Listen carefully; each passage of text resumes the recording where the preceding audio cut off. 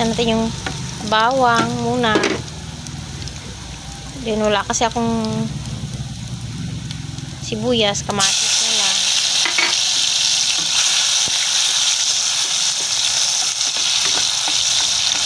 Durugin na natin yung kamatis.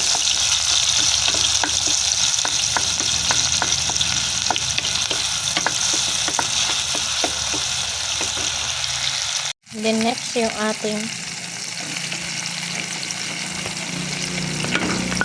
giniling. Ang hirap naman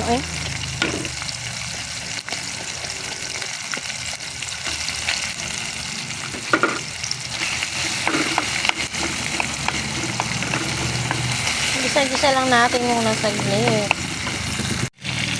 Then next, atula natin.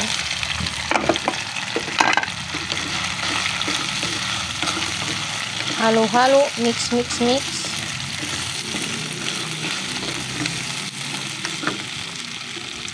Then seasoning mix.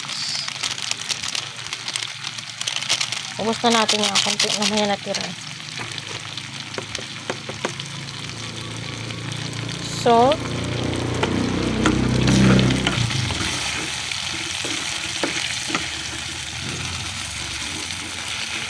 Then add tayo ng water.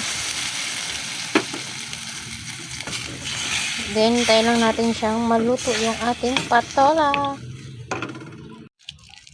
A little bit of black pepper. Gusto ko kasing paminta. Kahit anong luto, may paminta. Nilagyan ko pala siya ng lemon basil. Parang tanglad yung amoy niya. Nag-video ako. Akala ko naka-play. Hindi pala.